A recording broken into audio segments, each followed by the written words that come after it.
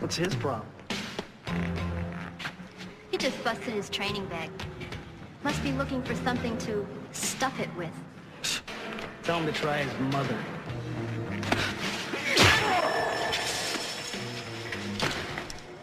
Didn't anybody ever teach him the difference between hospitality and hospitalize? Yeah, you get what you can afford. Well, let's see what he can afford. How'd you chuk kapku? Okay.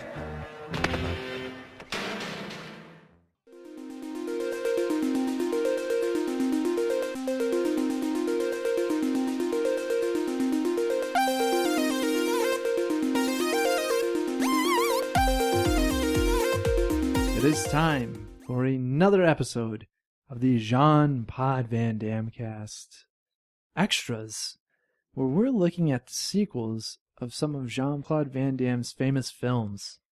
And in this episode, we are going to review No Retreat, No Surrender 2. This 1987 rated R, hour and 32-minute adventure action, which I'm calling already bullshit on this. It was not an hour and 32 minutes. No, it was an it's hour like and an 45. yeah. Absolutely long. In this sequel, Scott Wilde, an American kickboxer, must go to Cambodia to rescue his Vietnamese girlfriend from Russian and Vietnamese troops. So that guy was Russian. Yeah, the That guy was with Russian. the thick German accent. Yeah, I was going to say, who, like... He's been in a bunch of movies, Yeah, too. man, he His has. name's like Mateus something. He was in I Come in Peace. He was the bad guy in I Come in Peace. He was a bad guy in a lot of movies. Oh, I He's bet. great, too. He's a martial arts superstar and whatnot. Yeah, this was directed by Corey Yuen, who I believe we've seen that name before.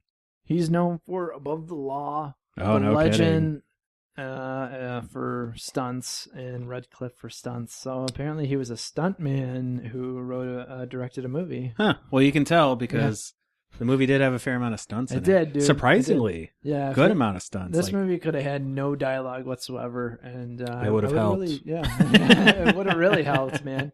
The writers were Maria Elena Celino, Roy Horan, and others. And let's see if it has a tagline.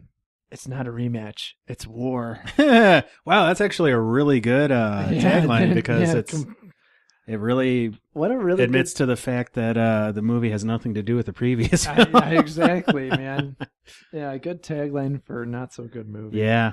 Surprisingly, it has 5.1 stars on IMDb. Yeah. Like that's really surprising to me. I mean, it wasn't. I don't know, an action movie. It wasn't bad, but for it to have ranked that high, kind of surprising to me. I know it did rank higher than some of JCVD's stuff. Yeah, man. All right, so in this we have Lauren Avedon. I don't know. He's playing Scott Wilde. At first, I was like, "Is that Emilio Estevez?" But he is known for The King of the Kickboxers, which we will be reviewing that one. Deadly Ransom, The Circuit. He has 29 film credits to his names. Last thing he did was in 2015 as Risk Factor as Rick D'Angelo. He was in Chuck as a Russian guard, the TV series Chuck. He was in 24, the TV series, as a camp guard. Kidding. I guess he found his niche as a guard. Yeah, Bones, he was a guard. Oh, he was in She Spies. That's weird as how he's Dennis playing Wiggins. like he doesn't look intimidating at all. I know, man. Yeah. No I mean, his offense to fight him. choreography was good. It was Yeah. actually really good. Yeah. Oh, for real, dude. He was in The Silent Force, Manhattan Chase, Tiger Claws 3, Martial Law, Deadly Ransom, Carjack, Virtual Combat. Oh, yeah, that's a good one. Thunder in Paradise as Rock for 2 episodes. Oh man, when are we doing a podcast on that? We should, dude. we really should. I agree. Ooh, he was in Living Color as Cowboy for 1 episode. Huh. So, all right. I think that's good for now on him. Max Thayer played Mac Jarvis, My favorite character. which I thought they said was Nick Jarvis. Oh, hey, he's a Detroit boy. Huh. Max Thayer was born on June 18th, 1946 in Detroit, Michigan. He is known for his work on SWAT, The Retrievers, and Planet of Dinosaurs. Ooh. He was a That desk sounds good. officer in SWAT. Do you remember that SWAT movie? Yeah, I remember it existing. Yeah, that's about right. He's still doing stuff to this day. Good on him. Oh, look at this. Constellation 13 Wolves, a 2015 short as Jerry. Monster Magnet, The Duke. Is that That's another short. Is that based on the band? Yeah. Maybe.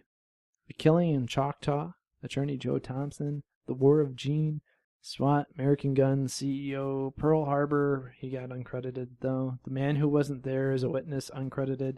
Sworn to Justice, oh yeah, these 90s films. Martial Law 2, Undercover, Phantom Soldiers, Night at the Magic Castle, Ooh. Iron Eagle, No Dead Really? Heroes. Yeah, man, as intelligence officer in that one.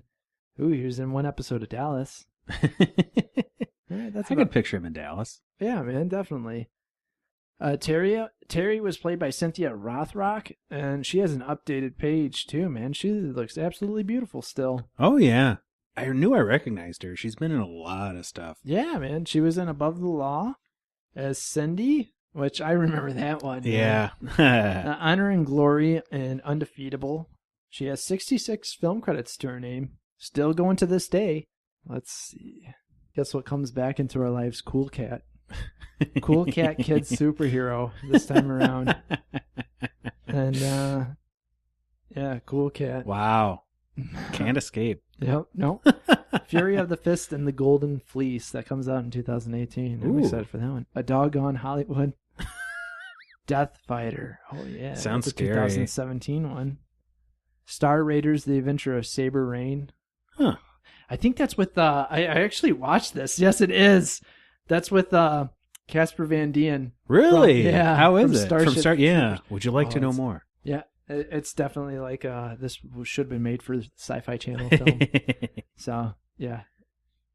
Whatever happened? Like, how did his career take a dump like that? That's another one that I'm really surprised. His acting career. isn't bad. It's not bad at all. It just, I don't know. One day, I've never heard anything bad about. Got like, he was typecast as a hard bug to- killer. Yeah, it's not like people said he was so hard to work with or anything. I've Yeah. never heard stories like that. The only good bug's a dead bug. Sign me up. Patra, gosh, man, Wantavanand played Sulin, which was I think the girlfriend. I'm assuming. Sulin was. I'm pretty sure she was the girlfriend. She was Yeah. only known for No Retreat, No Surrender too. Really? After her stellar acting? I know, man. Seriously. Mateus Hughes played Yuri, the bad guy, the big baddie, He's great. who was in Star Trek 6. He was in Star Trek 6. Yeah. Oh, was he the giant alien He who was had the testicles on his knee? Second Klingon?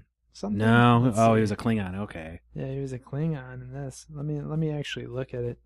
He has a. He had a. Oh, he was in Big Top Pee-wee, Oscar the Lion Tamer. There was one movie where he had a fight scene with Bolo Yuan. Really? Yeah, it's good too. Oh, no way. I don't know what movie it was, but I randomly caught it on YouTube. He was Star Trek 6, the undiscovered country, second Klingon general. Oh. He was in Kickboxer 2, The Road Back. Ooh. I had no clue about that. We'll be reviewing that too. So We will, man. We'll probably start seeing a lot of these guys around again. He was in TC-2000, which looks like a Terminator ripoff. hell yeah, That's Bigelow. Bounty Tracker is Eric Gauss. Bounty Tracker. Age of Treason TV movie. Deathmatch. Yeah. Oh, man. A lot of these look... Ooh. Lone Tiger as Dark Tiger. Ooh, Conan, the TV series. I never watched it. I watched the animated series. Power Rangers Lost Galaxy as a Guardian in one episode. Legion of the Dead. Oh, man. That good? Dragon Wars D-War. Wait, Bounty Hunter holy number shit, one. he was in Dragon Wars? Yeah. Oh my god! I love that movie. I watched that like 4 times in theaters. I was the only one in the theater. Oh, I bet, dude. I bet. What's not to love? That's true. That's, yeah. Green Street Hooligans, too. What? Yeah, man. As a They soccer made player. that? Oh, yeah, dude. Yeah, they made Wow. there's a whole series on Green Street Hooligans now. Oh, he was in the Wolfenstein 2 video game as enemy soldier public announcer. Wolfenstein Doing 2? Yeah, the voiceover work on that. That just came out last year. Oh, the new Colossus? Oh, Puppet Master, a new Puppet Master. The Littlest Reich, 2018. Wow. That sounds Oh, adorable. we have to review Yes, this one, that- man. we can do that for our our Halloween, There our we 31 go. days of Oh, Halloween. Smart, and that's a little sneak preview for those that are listening. Yep. That's right. We won't talk any more about it, but yeah, stay tuned. I think that's good. The rest of the people, it's just like whatever. So we open up, and at first we didn't know if this was the movie or not. The movie opens up right where we left off from the first. People being shot in Vietnam while tied to a post. Yeah, dude. We are in Vietnam.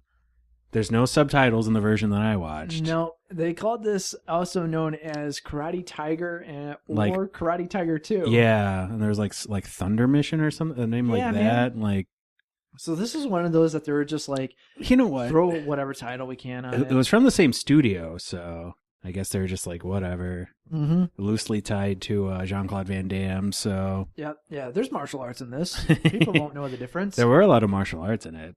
There was, man. Definitely. The character was sort of similar to the protagonist in the original No Retreat, No Surrender. Yeah, in a weird way. Like, if you looked at him. Same archetypal character. Yeah, definitely. We basically had the dudes get shot, and then the title screen comes up. Yeah. And then we're in Bangkok, Thailand. Yeah. And a dude's at the airport. He's talking on the phone. It sounds like something's up. He pays a cab driver to take him off. He goes to some gym. There's this female kickboxer there busting up dudes in a ring. And he's like talking about doing taekwondo and not Muay Thai. Yeah. And I was like, what? What's going on here? And then a Thai fighter comes out to fight him. Yeah. And like, he's... The girl is white too, which I never address either. Yeah. Yeah, so it's like, he's basically looking for his buddy Mac. And he's a kickboxer. Yeah. Or at least he's billed as a kickboxer. Right, exactly. He's billed as a kickboxer, but then he makes a line about taekwondo. Yeah. Which, I mean, in the original, it was Jeet Kune Do. Yeah. But it was like... And there's like ties to, Ip Man and other weird stuff. And all that's out of the window because this, I guess you could call this an anthology sequel where the spirit of not retreating and not surrendering is the motif of this film series. That's a good way of looking at it. Kind of like how Halloween 3, Season of the Witch, exactly. is a sequel. Yep, that's right. That's right. That's a good way of looking at it. And the TIE fighter hits him. And then he has a one-liner here saying, anybody ever teach him the difference between hospitality and being hospitalized? And then they get in the ring and fight, and he does some weird flippy shit off the corner. He was doing the Young Bucks shit before the Young Bucks. Yep. Ruining the wrestling industry here in No Retreat, No Surrender 2. And he lands on the dude, and the rest of the guys get in the ring. Yeah, he did like a Bronco Buster on him. He did, yeah. And then the lead girl, Terry, she's like, no, stop. And she wants to fight him. He's like, he promises to give her a fight, but not until he finds his friend Mac. And he's walking around, goes to this what's called the 9-story hotel. And it's basically a dump. Yeah, it's a brothel. Basically. It's basically a brothel. He walks in the hallway, all these women grab at him, and then this pimp is at him and is like, well, you have your choice of woman here, and at this point I would have been like, maybe I'm at the wrong hotel. Yeah, I know, exactly. Place seems pretty disgusting. Yeah, he walks in like this has been his room forever. There's picture of like naked women and stuff, but they're like wall. Hung up at like 45-degree angles. It's like plastered up on there, like they had no time to really do this. And he jumps into the bed and the bed breaks. He uses the phone to call someone. He's doing a prank call on a girl. She figures it out. It's him. And we find out that they're in a relationship, but her parents don't know. And he's like, when are you going to tell them? And it's like, yada, yada, yada. At this point, you're starting to think, man, this plot is... Yeah, you're going, what did I get myself into? Am I supposed to be paying attention to this movie? Yeah, and then apparently she says something along the lines like, oh yeah, we'll meet him at the restaurant. I'll tell him there or something. But then he meets at the restaurant, and there's a board that says, welcome to Thailand, Scott Wilde. And he meets up with his girl, and it's just him and the girl. And they sit down, and she's like, oh, these are, I had him cook up a bunch of my dad's favorites. Which, there was like total... Indiana Jones, Temple of Doom. Yes, definitely. It was basically like, oh, here's just a whole bunch of bugs and fried iguana. Yeah, the iguanas were clearly not iguanas. Yeah, those were not iguanas at all. And he's like I don't even want to know what this is. Like snake soup, or whatever. And then she's like, oh, this is one of my dad's favorites. And he gets tricked into eating monkey brains. Yeah. He's like, oh, I love these. They're made somewhere else. And then she's like, those are monkey brains. He's like, you got me again. Tiger balls. Yeah, tiger ball is the real thing. Yeah. Okay. That seems kind of problematic considering they're, endangered a little bit. Well, those tiger balls worked because he went back to the hotel for some romantic times with his girl. And then these guys bust into Scott's room, kidnap his girl, beat him up, But he starts beating the guy's back. He drop kicks the dude through the door, makes the dude stab himself using just his legs. Yep. All the other people are pissed with at a him. syringe, too. Yeah, they were trying to stab him. He's like, nope. It was a good choreography, too. Yeah. Like, at this point, I would say the fight choreography is much better than the original. Although the choreography in the first one wasn't bad. It was better than I expected. Yeah. But it was like that one, it was almost kind of like an 80s teen movie with martial arts. Yeah, whereas this one's it's a Hong Kong martial arts movie with a really bizarre premise and plot. They were like, hey, we have all this money that we have to spend, and let's just pick a script. So everyone in the hotel starts attacking him for whatever reason. Yeah, and then they throw him out, don't they? Yeah, they throw him out. Yeah, and then they show a scene at her house, the girlfriend's house, and everyone's dead. There's dead bodies everywhere. There's writing on the wall in Thai, but we have no clue what it's saying. Well, we don't personally. And I'm sure some people. Yeah, some people probably know. There's no subtitles at all. People are talking in Thai. We have no clue what they're saying. Yeah. The cops talk to him in Thai. He shows up at the house and he's like, "Hey, is this the right address? Not just coming. Yeah, hey, he this has is his my girlfriend's ID. house." Yeah, that doesn't look suspicious. So they arrest him. Then they do this hilarious interrogation, which is almost it was like Western interrogations. They put the spotlight on him, and then all of a sudden he's like, "I want to speak to the consulate, the American consulate. I want my lawyer, blah blah blah." And he's like, "You have no rights." And then all of a sudden they're like, "We got to get him out of here for whatever reason." Yeah. So he's been charged with murder in Thailand, but everyone's like, "Hey, we got to get him out of here." Yep. So they take him away to get him out of the country, put him on a plane to leave. And he beats up the guys and takes off on a dirt bike. Yeah. Jumping over these stair ramps. Yeah. Over airplanes. He goes 4 of them. Yeah. For no reason. When there's it's perfectly clear on the tarmac. Clear, yeah. The first jump, he was jumping over people. He was surrounded by a ring of people, which made sense. Yeah. Then he just jumped over the 3 for no reason whatsoever. You think that's impressive? Yeah. Watch this. Whee! No, I'm just having fun. So now he's in the red light district, and he's looking at a place that looked like it was filmed in Kickboxer. Just is this the same place? And I felt I don't know, the camera work at times, seemed like there was different cameras, different types of film being used. Yeah, man. Stock footage. There was stock footage for real, dude. It definitely, and it did feel like there was different cameras in this. Apparently, from what I read, the whole movie was filmed in Hong Kong and the U.S. Really? That's what it said in the IMDb when I looked it up, I believe. So, no way. Yeah. That's absolutely insane. And I guess the rest was just stock footage or something. Huh. Well, he's looking for his buddy Mac. For whatever reason, now he can find him in the red light district. Yeah. Who's, instead of watching women dance, he's arm wrestling against the dude who at first I thought was Ron Simmons. And I was looking at him is that Ron Simmons? This is really dark. The lighting was pretty bad. Yeah. He beats the guy arm wrestling. And there's Bunsen burners on each end. On each end. Yeah, exactly. Classic, stereotypical, crazy, blood sport type games. They didn't want to get into Deer Hunter-esque. Yeah. Let's Southeast Asia, they just have that crazy bloodlust, apparently. Yep, always. And the guy gets pissed that he lost the arm wrestling, and he tries to stab him, but Scott takes him down easily. And it shows that Scott's on the news being wanted. And Mac asks him if he's hungry. He's like, "I'm starving." So they go out to eat. He puts on some hat to cover himself up. And then all these dudes surround him at this restaurant. They start fighting. There's a big, huge boiling pot that gets knocked into one dude. Yeah, it gets kicked off to the right, and then it just flies to the left and hits him in the face. Reminded me of Kickboxer. Yeah, Kickboxer. It was almost like they took that from it. I was like, yeah. Hey. Except that one actually worked, whereas this one, it was like, oh, shit. We'll work it out in post. Yeah, post will fix it. Yeah. So that was a decent fight scene, though. Yeah, and they introduced some hilarious moments in it, too. Yeah, Mac was a funny guy, too. He definitely is the charisma of the movie. Oh, definitely. He's beating up a dude, smoking a cigar, blowing it in the dude's face, and then he puts it out, yeah. Right, and then he's fighting a guy by a caged cobra. He's like, and starts shoving his face there. The guy's like, ah! Yeah, and then it breaks through. Some guy's getting the upper hand on him. He throws the cobras on the dude, and the guy's like, ah! Oh man, that was pretty funny. Yeah, so far the movie was surprisingly entertaining. Yeah, I was expecting total garbage. Oh, I know, man. Me too. I was really surprised at that. And at the time, with that scene, they're basically interrogating a guy, and they're like, "Hey, tell us where the girlfriend's at," and he's like, and he ends up speaking to him. Another guy pulls up, grabs a grenade, throws it, lobs it over at the dude. So they take the guy, throw him over the grenade, and then take a table, put the table on top of the guy, and then jump out of the way. Run, and jump, and it blows up.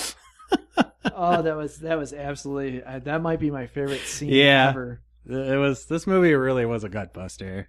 Yeah, and then we get the line, "We aren't talking a kidnapping, we're talking a war." Because like we find out basically it's like Cambodia kidnapped her. Yeah, people from Cambodia for the country. Yeah, like the country of Cambodia. Yeah, the military there kidnapped her. And this is post Khmer Rouge, so like who knows I don't know. Then the one guy they talked to, they told him to climb Death Mountain. Yeah, and that was a cryptic clue that sort of makes sense later in the movie. Yeah, right. Not really, but I mean, they reveal the plot with that clue. Yeah, exactly. We find out that not everyone who died, her father escaped, and then his buddy, her father, who wasn't Thai, he was Vietnamese. Yeah, her Vietnamese father in Thailand, who fled Vietnam to Thailand, who was kidnapped by Cambodians that are being trained by the Russians that speak with a thick German accent. Yes. Yeah. He says, "Oh yeah, her father escaped," and then he unveils a bunch of weapons to his buddy Scott. And okay. The guy kind of has his finger in a lot of and a lot of pies there. Yep, definitely. We next see the girlfriend being held captive and being given some, what I would like to believe, coconut water. They shoved like a bamboo shoot down her throat. Yeah. Draining this water that was like... I don't know if it was like unfiltered rice wine or yeah, it was weird, man. It was... I was like, is that a broth? Or... Yeah, and then, right? Then, it's just... And then they just continue the movie like it didn't happen. Yeah, like it didn't happen. Yep. I mean, she's being poorly treated is what they're trying to infer here. Yeah, exactly. So we're trying to infer. Scott and Mac get ready to leave, but the cops are outside waiting for them, and so they decide to take another way through the roof. They're being chased off into the wild where a helicopter comes down. They jump in and take off. Terry's the pilot, and she's like, "Oh, it's you guys." And they're like, "Oh, it's you." And turns out that she has history with Mac. Yeah, there's some history there. And then she's basically like, "Hey, I'm going to get paid for this anyway, so I'll take you guys and drop you off, and I don't ever want to see you again." So they do that, and the next scene, we get the dad talking with some official, but there's no subtitles there. So, like, we can only imagine he's asking for an update on the whereabouts of Scott Wilde. Mm-hmm. Who knows? Terry lands the helicopter. They walk off only to be surrounded. It's like the guerrillas of Cambodia. And they take him to some makeshift village with tents and everything. The colonel comes out and talks with Mac, and they laugh and are all introduced. He's like, "What brings you to my country?" "It's personal." They tell him about the daughter / girlfriend. And the colonel's like, "Hey, it's going to cost you." And he tries to negotiate weapons, but the colonel's like, "Hey, I need more than that." And so Scott pulls out a picture of a tank he had been talking about earlier. And he's like, "How about this?" And Mac's like, "Oh, not my tank." And he's like, "Yeah, that'll work. I pay you in black rice." Yeah. Turns out he's a drug smuggler. Yep. Yeah. He's an opium smuggler. Yeah, heroin, man. yeah. And then all of a sudden the camp gets under attack. Yep. Like it just gets blown up. Oh, just totally obliterated and it's gone. Yeah. The helicopter gets blown up. Scott gets wounded in the arm from saving Terry. You don't have to worry about that for the rest of the movie, though. Nope. Yeah, whatever. Which is like, did they actually blow up the helicopter? Because it looked like they did. Yeah, for real. It didn't look like a model. Yeah, they had a budget to blow up the helicopter. There were a lot of explosions in this movie. There were a lot, and some decent stunt work. Yeah, you could tell all the explosions were gasoline explosions too. Yeah. Not like the gasoline mines in Hard Target 2? Hard Target 2. Yeah. Harder Target. Harder Target. Harder Targeter. Target harder. All of a sudden we get the next scene and it's like the Cambodian military, I think, or like the Russian military with the Cambodians. Yeah, like with like Cambodian insurgents? Yeah, I don't know what this was. Cambodian communists. Yeah. That aren't the Khmer Rouge, yeah. Yeah, right? Yeah. Because this is in the late 80s. Yeah, so they're like, whatever, we're just making stuff up. They've already been to like, or dealt with like 4 different Southeast Asian countries. Like when I read the plot of the movie, of the movie, it just describes it as being in Indochina. And I think that's the best way to look at it. Dude. Like, it was definitely not looked at in through a modern political lens at all. It's just not at all. Because you have the Russians in Cambodia, and they're all dressed people dressed like Viet Cong. Yeah, dude. Yeah. Very strange. Very strange, for real. Then this big old white dude pulls in, and they have basically what I believe to be like 2 gorillas that they caught, and they released one G-U-E, not G-O. Yeah. No, we're not doing it like if a only. Congo. They had these guys that they caught, and one guy just starts fighting the white dude, and nothing is happening. He even tickles him in the gooch. Yep. And the big white guy's okay about it.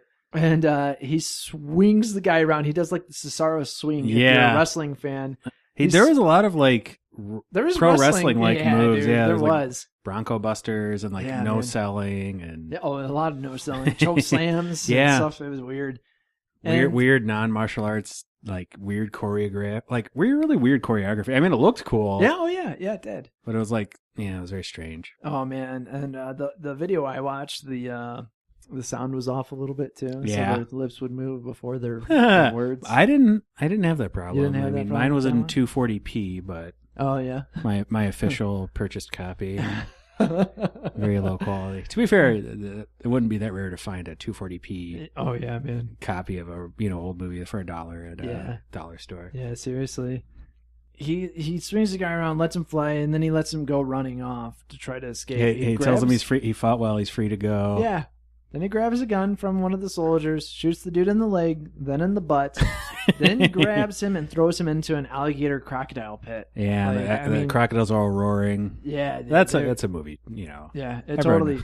that was like a cannibal exploitation film cutscene right there. Yeah, it was just hey, we have the crocodile pit edit. The real take. Yeah, that's another little bit that was in Temple of Doom as well. The crocodile pit. Yeah, that's right. He then threatens to throw the girlfriend in there as well. He shows her this dude getting eaten by him. She's terrified. Meanwhile, the team of 3 is making their way through the jungles when they stumble upon a small village by the river. And I was like, was this the same bridge that they filmed in Hard Target 2? Because it really did look like it. It did. I mean, there wasn't too much difference from it. It's a monk village. They leave their weapons at the gate besides Nick, who grabs his knife and hides it away. Which you would think would get him in trouble. Mac, I mean, not Nick. Oops. And they decide to pray at the altar before looking for their friend. Well, at least Scott does. And they get trapped by a bunch of monks who are this crazy, I didn't know, intricate Cirque du Soleil. Yeah, rope foo. It's there's 20 of them. Yeah. And they're all interlacing with these rope attacks. Yeah, that's lengths of rope. That's some good it was teamwork. It was very excellently choreographed. Yeah, it was. And it turns out they're not even really monks. No, they were guerrilla. Yeah, they were just really dedicated to using ropes to capture people, I guess, because they weren't even really monks. No. It would have made sense if they were monks, because it could have been some sort of weird secret Shaolin technique or something, but no. Yeah. Maybe they forced the monks to give up their rope secrets. I guess so, man. I don't know. So they all get tied up. Yeah, but Nick pulls out the knife that he kept, cuts the rope, and guess what, pal? You just made the endangered species list. The monk pulls the gun on him and then gets a knife in the chest. And Terry somehow gets herself out of that noose, too. And now all 3 are fighting. The bad guys come out with guns and start shooting. They hide behind this bulletproof canoe. Yeah. And then they leaped over 3 hills that were all the same hill. Yeah. Nick grabs his weapons that just happened to be there. Yeah. That were at the bottom of the steps and shoots back at them. They kill them all. Terry gets on the boat and she takes off without them. And they're like, oh, no. And then Scott's like, oh, no, look, she's turning around. She was just turning the boat around. She got captured. There was dudes on this boat and they just start shooting at him. One guy has a bazooka and just launches a missile at the guys, blows up the house. Terry thinks they're dead, but they're in the river, and they pull themselves up on a hut and find that the real monks are tied up along with a bunch of weapons and grenades. You wouldn't think you would tie them all up next to a bunch of grenades. Yeah, I know, right? Yeah, why would, seems irresponsible. I guess you're putting your trust into the non-violent monks. These guys aren't violent at all. Just keep them away from that rope. Yeah, seriously. The soldiers take the girl on a helicopter ride. She'll soon be a prisoner with a girlfriend. She ends up getting out, beats up a bunch of dudes. People gather around her. She stops. She tells the white guy that she'll fight him. And then another guy comes out of nowhere with like a scar on his face, kind of like bad henchman, you know. Yeah, sub boss. Yeah, yep. There's a trope right there. And he beats the crap out of her at first, but then they have a good back and forth. Yeah. And then she kicks him through some stairs. And then the white guy intercepts, grabs her by the throat, and throws her, launches her like 20 feet. Yeah. She spits in his face. He puts a boot to her throat and basically tells her to knock it off. In his thick... I'm assuming maybe he was an East German soldier who just made it really far in the Russian military. I guess so, man. Yeah, let's try to make some sense of it. Meanwhile, Scott and Mac are making their way to the camp, and they have to climb the waterfall. Yes, this long-ass waterfall climbing scene. Yep. And they make it. Yep. These back roads are a bitch. And we're back to the dad and the captain, which I'm assuming is another update. The dad walks off. A guy comes out of a sewer grate and shoots him, killing him. Yeah. So there goes the whole story right there. Yeah. Just fucking does it. And then the girlfriend, Terry and the white guy are talking. The girlfriend gets thrown into the room. Remember when I told you we were waiting for your father? And then he basically tells her that he's not coming now, so there's no reason to keep her. He told her that he fled the country and went to America. Yeah. And I'm like, well, was that the actual plot of the movie? Was he just lying to her to be a dick? What was going on here? You would think that he would just say he died. Yeah, he should have just been like, yeah, some guy poked his head out of a sewer grate and shot him. The Vietnamese got him, you know? It's a damn Kong. So Mac and Scott make it to the camp. They're having a beer talking on the rocks about what they're going to do. The girlfriend lets Terry know about Scott being her boyfriend, asks if he's okay. Terry has a flashback to the hut blowing up. He's okay. He should be here. Oh, man. The dude's taking a cigarette break, the soldier, and gets a machete into the back by Scott. The guys create this crazy setup with wires, sticks, beer cans, claymores, everything. Arrows. Yeah, dude. It was absolutely crazy. Marionette machine gun emplacements. Yeah, daytime comes and they're sleeping. They are awakened by the sounds of the screaming girls who are led to the pit when their blindfolds are removed, and the big, scary, white Eastern Russian guy is laughing at them. You're a cross between a jackass and a snake. She makes, this like, you should be in the carnival because you're a cross between a jackass and a snake. Then the girls get thrown over the pit to hang, and it's like a weird... It's a weird pulley setup with a sack of like rice or... Yeah, sandbags that are holding them there. And she's like, is that you I smell or crocodile shit? And then the right-hand man henchman shoots the sandbags holding the girls up, and they begin to lower. The sand's dripping out of them. Scott hits the bullseye with his crossbow, and the machine guns go crazy on the soldiers. Guys are running everywhere. They hit the tripwire. The explosions happen. They go under the houses, hit that tripwire. Everything explodes. Yeah, it's just like the last time with the other Cambodian soldiers, where like everyone just instantly gets eliminated, except for literally just the Russian quote unquote, right? Yeah, man, and his right hand man, sort of. Yeah, it was actually. This is just a crazy scene. Like all this crazy build up, and then they just instantly. Max saves the girls. One guy shoots. I think it was the henchman with the scar. Shoots at him, hits him in the arm. Terry fucking almost blows his head off. Yeah, he shot him like 8 times. Yeah, right in the head, headshot. He's dead. And Scott takes out a dude, rappels down the tower, runs after him. The girl runs in the way of the bad guy. Yep. Just when he's starting to fire bullets at Scott, she gets torn up. Yeah, it was a good 8 or 10 shots right in the chest. And I was really surprised that happened. Yeah. Matt comforts her as she's dying, and she dies. Yep. Turns out, maybe they could have had something, but they just... Not anymore. Nope, because she's fucking dead. She's dead. Scott fights the bad guy with his shirt off. It's absolutely ridiculous. Yeah, he rips off his shirt. Yeah. He's shredded. He's like, ha, ha, ha, ha, ha. Yeah, and he's just... he's super intense and insane. Yeah, this fight scene is amazing. They go into his office. Scott hides above the door, takes him out. And this is a quick fight again. The bad guy uses the desk as a weapon. Yeah, he was going to crush him with the desk. He falls into the chair, the office chair, and he's crushing him with the desk. And he's trying to leg press it. He ends up using a gigantic portrait of Lenin as a weapon. I was going to say, smashes Lenin over his head. Oh, that was so funny. Then he uses one of the communist flags, covers up the bad guy, choking him with a rope. And nooses him with it. Yeah, nooses him with it. Drives off in a Jeep. Drags him around the camp. Launches him into the crocodile pit. And then the dude grabs the rope, starts pulling the Jeep. The Jeep stalls. Yeah. And instead of like Scott just walking out of the Jeep and letting the dude pull the Jeep on top of himself, he's just struggling to start the Jeep. Yeah, trying to and instead of the dude just climbing out of the crocodile pit, he pulls the Jeep into the pit. So Scott like takes off like the gas cap or whatever, pulls the Jeep. Yeah, I didn't understand. I thought he like shoved a grenade in it, but no. Yeah, it was really weird. Yeah, and then he shoots at it. It blows up. So he blows up the crocodile pit after he's getting eaten by crocodiles. Yeah, so the bad guy's getting eaten by crocodiles. Dead. Yeah, he's double dead. The triple dead, really. The Jeep falls on him and then he blows it up. And he jumps out. Scott and his girlfriend embrace. Mac holds the dead girl in his arm and he's like, let's get the hell out of here. And they walk off.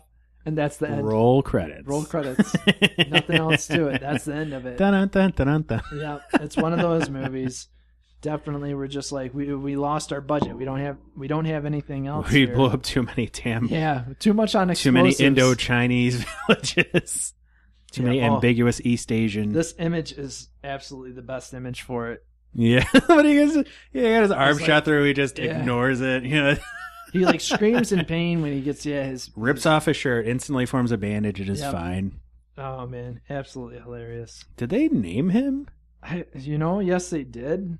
But I'm trying to remember what I know. We already Yuri. Was his name. That. But I don't think they ever said his name. No.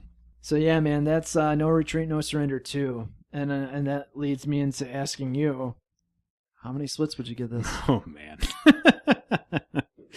I actually, I really enjoyed this movie. It was so bad it was good. Yeah, man. The fight scenes in it were actually, the fight choreography was surprisingly good. I really enjoyed that. Yeah. The acting in it was so over the top and goofy. Oh, it definitely was. The movie was too long entirely. Like the part where they go into the village of like Buddhist monks, I didn't understand that at all. Yeah, but they could have really took out the dad scenes, to be honest. Yeah, he should have just died, especially with the since we couldn't understand. Family. Yeah, exactly. That really didn't play into it at all. No. I'd give it probably on the guilty pleasure level alone, plus with the good choreography, I'd give it a 7. Wow, dude. Yep. I give it a 5. This is our new record, I think, isn't it? No, I think Welcome to the Jungle still has the biggest leap. It really it was over the top. It was bad, man. It was totally bad. Like Mateus made the movie for me too. I was kind of bad because the audio in mine I had to turn up way up because it was so low. Huh. I guess I had a better copy. And it really was hard to understand what they were saying. So with that pictured with it was a bad copy of it. I was the choreography was sweet. The explosions were sweet. Mm-hmm. The storyline just killed me, man. Storyline. That's what I enjoyed about it. it being so long. I was just like, oh my gosh. It was a good 15, 20 minutes too long. It should have been an hour and a half. That would have been. Especially with that ending. Yeah. An hour and 20 minutes would have been. I probably would have given it a 7 if it was an hour and 20 minutes. But yeah. Cut out the waterfall climbing scene. Cut out any parts with her family, really. Yeah. They didn't even need just show her getting kidnapped would have been fine. Yeah. And you would have had a movie. Yeah. Yeah. So, anyway, getting into the trivia of this, I gotta say, man, we spent a long time on this. There were so many small details in this film that I just had to just talk about. So much to digest. Yeah, seriously. Complex carb of a cheesy action movie. I gotta say, compared to some of Van Damme's films, this has a long list of trivia to it. I'd imagine people have just been like, wow, what is this film? Yeah, I am so surprised at this. The movie was never meant to be a direct sequel to No Retreat, No Surrender. No shit. In an interview, Keith W. Strandberg claims that the title was decided on because of the popularity of the first film. Jean-Claude Van Damme and Kurt McKinney were set to star because of their contracts with the Seasonal Film Corporation, but would not have reprised the roles from the original movie. That's so funny. Could you imagine them playing him? So he would have been Yuri? Van Damme is Yuri? Yeah. Actually, I would have liked it if it was roles reversed. Van Damme is Scott Wilde. Ooh, yeah. And McKinney as Yuri. According to Roy Horan, Jean-Claude Van Damme pulled out due to Bloodsport being filmed around the same time. Oh, wow. Kurt McKinney pulled out due to several reasons. 1, production kept getting postponed. 2, he was concerned about the safety of filming close to the Cambodian border. Yeah. And 3, he was apprehensive about what stunts would be demanded of him, having already performed several dangerous acts in the previous film. Later, McKinney had second thoughts about his decision, but his role had already been recast. Whoops. Wah, wah. Yeah. Cynthia Rothrock's character of Terry was the primary inspiration of the character Sonya Blade in the original Mortal Kombat. No kidding. Wow. Wow, this movie's history making. Seriously, man. Matthias Hughes, I'm sorry if I don't know how to say his last name, injured his back while performing the stunt wherein he is dragged behind a car. I could easily believe that. Max Thayer really did drink the snake's blood. I forgot about that. Yeah, he drank cobra blood. Yeah. It was that was real snake blood? Yeah. It looked like it. Like I looked at that, I was it looked like, all like congealed. That looks real. Yeah. It was all filmed in one shot as to prove that he was really drinking it in the scene. In fact, according to Lauren Avedon, Max drank 4 shots of that snake blood. Ooh. Roy Horan tried to put rotten tofu into the bowl during the scene at the floating restaurant as a joke. Lauren caught it before they rolled camera. According to Roy, Matthias possessed reasonable acting ability but couldn't perform even basic stage combat at the time of his casting. That's crazy. Yeah. Nevertheless, Matthias was athletic, so Roy had Jang Lee Wang train him in martial arts and fight choreography. Director Corey Yuen and the entire crew were very impressed with his progress. Yeah. I mean, I would have thought he was versed in martial arts. That really surprised me. Yeah, he did a lot of martial arts in films after that too. Yeah, I thought that for sure was why he was picked for this role. Yeah. Huang Jing Li and Cynthia Rothrock's parts in the movie were originally supposed to be more detailed. While shooting, according to Roy, there was many conflicts between the U.S., Hong Kong, and Thai crews. The explosives crew had access to handguns, and they also had Thai special forces and Thai police involved in the film. Wow. The crew did not have access to movie guns, so all the weapons were real live guns with live ammunition. What? Oh my God. Holy shit. After arriving in Bangkok, Max Thayer had to wait a week until filming began so the producers could recast the role supposed to be played by Jean-Claude Van Damme. Huh. The original script by Keith W. Strandberg underwent many changes via rewrites by Roy. Yeah, Strandberg, you can tell. Yeah, man. Strandberg, who did not approve of the final version of Horan's credit in the movie, claims his original story focused more on the character development of Scott Wilde. Co-action director Ma Chen-Koo has 2 roles in the film. He plays one of the kidnappers who attempt to kill Scott in his hotel room. The second is the Chinese fighter who engages in Yuri's first fight of the film. Huh. I didn't even notice. Yeah. My racist eyes. My round eye. Your round eye. In a fairly recent interview on YouTube with Rick Drayson on his show Rick's Corner, Matthias claimed he was paid around $6,000 for his work on this film, which ran out quickly. He said the result was a period of homelessness, as the film wasn't released for around 1 year, so he wasn't getting other film offers for a while. Oh, wow. That sucks. In a 2016 interview with Kurt McKinney, he was warned by producers not to bring his wife, whom he recently married, to Cambodia. It was actually speaking with Jean-Claude Van Damme, who told McKinney he was not doing the film due to the issues that plagued Thailand and Cambodia at the age that convinced him not to do the sequel. No kidding. Yeah, interesting.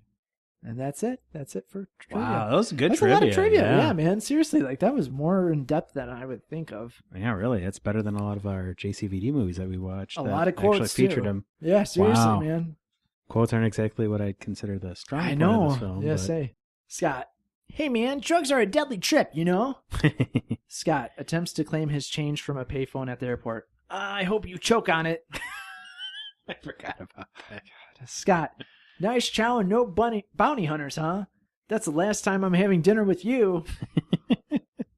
Terry. What I meant and what I implied are 2 different things. That's an amazing man. quote right there. Yep. Scott. Let's see what he can afford.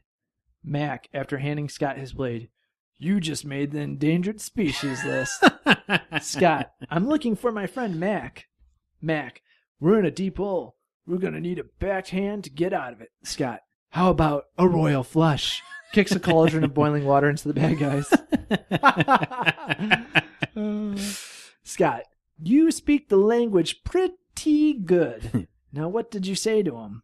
Bounty hunter presses gun against Scott's chest. Don't move. Scott raises hands. Hey man, I'm a statue. Scott. Mac has just finished 2 shots of the snake blood. You've been here too long. Shakes head. Mac. This is Thailand, kid, not Indiana. You got to be practical. Hey-o, there's that line. Yep. Scott to Thai gym owner. My friend teach me. Raise his fist. Taekwondo. Kickboxing, not the same. Scott to Mac after climbing up the water slide. I think they misspelled that one. These back roads are a bitch. So basically some of the quotes I already had. Mac, just after Scott accidentally hits a rock with his crossbow. Jesus, kid, you want a Chinese gong to beat onto? Scott, can somebody tell me what the hell's going on? Mac, she's pissed because I wouldn't jump her bones. Terry, he's threatened because I used to break his. Kidnapper, you come now or die. Mac, so what's our third choice? Pimp, you want? Scott, sorry, but I'm going to have to take a rain check. Pimp, check. Okay, check. Yuri, who are they? Thai, the first is Khmer Rouge, but what about the Thai? He's China's contact. He fights like a tiger.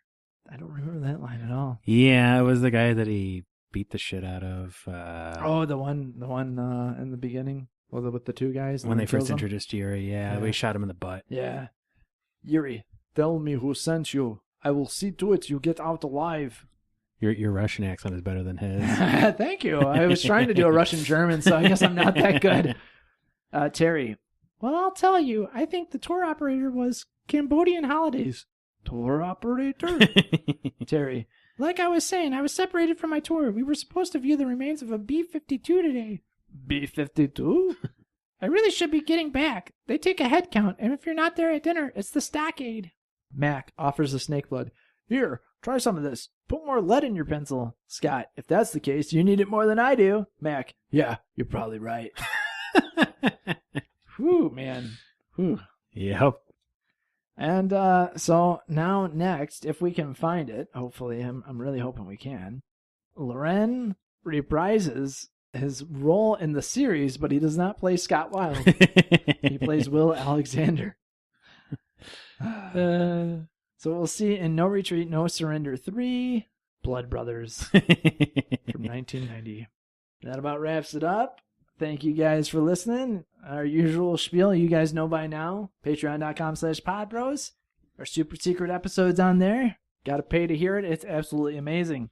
I've heard people giving it 5 stars. Yes. Someone said it was 10 out of 10 splits. And Wikipedia was saying, if everyone donated at once, we wouldn't have to keep doing these messages. Yep. So thanks, Wikipedia. It's for your own good. Amazon, use our link, go to podbros.com, hit that Amazon button. Doesn't cost you anything, helps us out in the long run, and rate us 5 stars on your favorite podcatcher app. That's it. I try keeping that short and simple for you guys. I am John. And I am Jeff. And you've been listening to another episode of the Jean Pod Van Damme Cast. Now let's go drink some shots of snake blood. Welcome aboard, boys. Terry, what are you doing here, you witch?